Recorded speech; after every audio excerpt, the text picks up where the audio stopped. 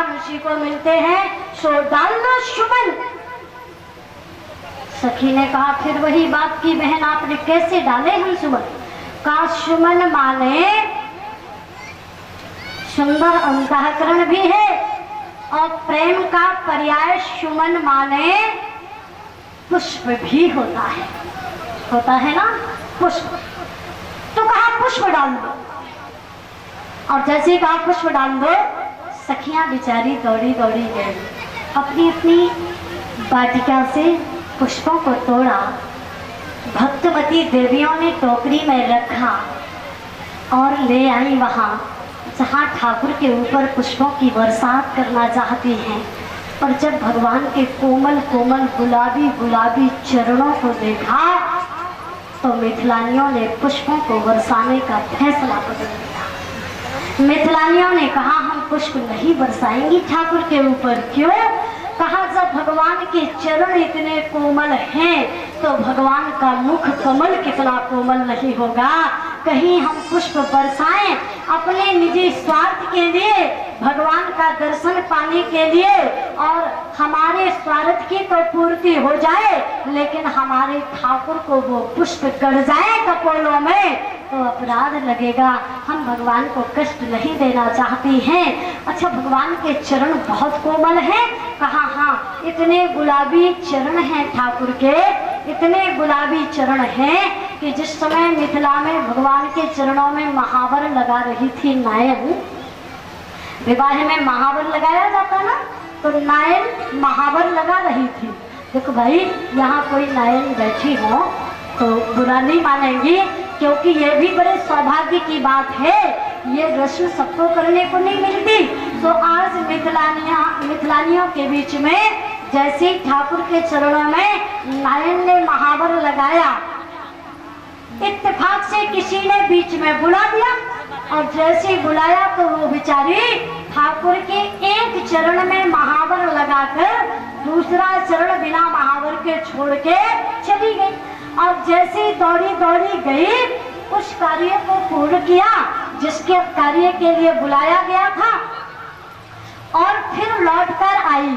याद आया कि ठाकुर के एक चरण में महावर लगाया था मैंने, अभी एक चरण तो बाकी है, दोनों चरणों में महावर लगना चाहिए।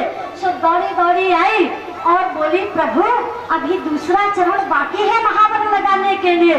तो जरा ध्यान देना भगवान के चरण की सुकोमलता, भगवान के चरण की लालिमा, भगवान के जिस चरण में महावर लगा था और जो चरण बिना महावर का था, बेचारी नायन उस चरण को पहचान ही नहीं पाई। इतने गुलाबी थे दोनों चरण, पहचान ही नहीं सकी, चकित हो रही थी। तब तक किसी ने आवाज लगाई, परेशान मत हो, समझ नहीं आ रहा ना कौन सा चरण महावर का है और कौन सा चरण बिना महावर का है? दोनों चरणों को हथेली पर रखो नायन, जो चरण बचनी ना हो समझ लेना इसमें महावर लग गया, और जो चरण हल्का हो समझ लेना इसमें महावर नहीं लगा। इतने सुकोमल चरण थे ठाकुर के, इतने कोमल चरण थे। और जानना चाहते हो भगवान के चरणों की सुकोमलता, भगवान के चरणों की लालिमा? भगवान के चरण इतने सुकोमल थे, आप जानते हैं जिस समय नई नवेली दुल्हन के रूप में प्रामा भगवती द्रुहत नंदिनी वैदेही जनक तनया भूमिजा जानकी करजोरी मैथिली जनक नंदिनी श्री किशोरी जी की विदाई हुई, और वह डोली में बैठकर अयोध्या की ओर प्रस्थान की। कहारों ने डोली उठाई, चल पड़े अयोध्या की ओर। महाराज दशरथ जी जनक जी के हृदय से हृदय लगाकर मिलते रह गए जनकपुर में। जब याद आया दशरथ जी को कि डोली दुल्हन की निकल चुकी है जनकपुर से अयोध्या के लिए, दशरथ जी महाराज को लगा मैं डोली से पहले नहीं पहुंच पाऊंगा। आवाज लगाई सेवकों को, ऐ सेवकों जल्दी से दौड़कर जाओ और कौशल्या महारानी भगवती बहू रानी सीता को डोली से नीचे उतारे, इससे पहले मेरा संदेश कौशल्या महारानी को सुना दो। क्या संदेश दिया था दशरथ जी ने?